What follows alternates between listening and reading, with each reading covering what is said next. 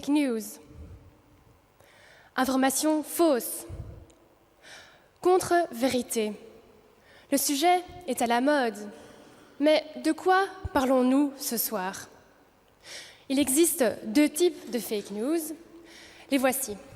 En premier lieu, nous avons les informations littéralement fausses. Un exemple, si je vous dis que la Belgique a un huge army, la plus forte, la meilleure, que personne ne peut nous battre, c'est une information fausse. Ces informations, appelons-les les contre-vérités. Ensuite, il y a les informations de mauvaise foi. Pas vraiment totalement fausses, mais un peu quand même. On les appelle la propagande. Exemple dans la presse la semaine dernière, je cite le titre, « Un migrant a donné un coup de couteau à un policier au parc Maximilien ». D'abord, ce n'était pas au parc Maximilien, mais juste à côté. Et plus important, ce n'était pas un migrant, mais un SDF, belge d'origine étrangère. Si on y regarde de pas trop près, l'information paraît exacte, est innocente, mais elle ne l'est pas. À présent que nous avons défini les fake news, faut-il légiférer, c'est-à-dire interdire de donner ou propager des informations que l'on sait fausses, interdire de transmettre et partager des informations de mauvaise foi. Un petit dessin expliquant pourquoi il est nécessaire de légiférer vaut mieux qu'un long discours, et d'ailleurs, je n'ai que 5 minutes. Vous avez certainement déjà été dans votre supermarché préféré pour acheter des yaourts. Et vous choisissez celui qui vous plaît le plus en tenant compte du prix, du goût, de la marque, de la couleur de l'emballage. Mais vous êtes sûr d'une chose, ce sont tous des yaourts. Maintenant, si l'emballage avait indiqué « préparation à base de lait concentré et de ferments chimiques », les auriez-vous achetés? Non, ce ne seraient pas des yaourts.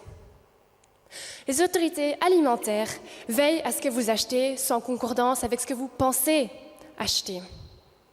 Ça marche aussi avec le fromage de Herve ou la pizza au jambon. En fait, c'est la même chose avec l'information. Celui qui vous passe un message, une information, comme étant factuelle, réelle, alors qu'il ou elle sait qu'elle est fausse, et vous fait passer quelque chose pour ce que n'est pas, c'est interdit. C'est interdit pour les yaourts ou le fromage d'Herve. Pourquoi ce devrait-il être autorisé pour la vérité?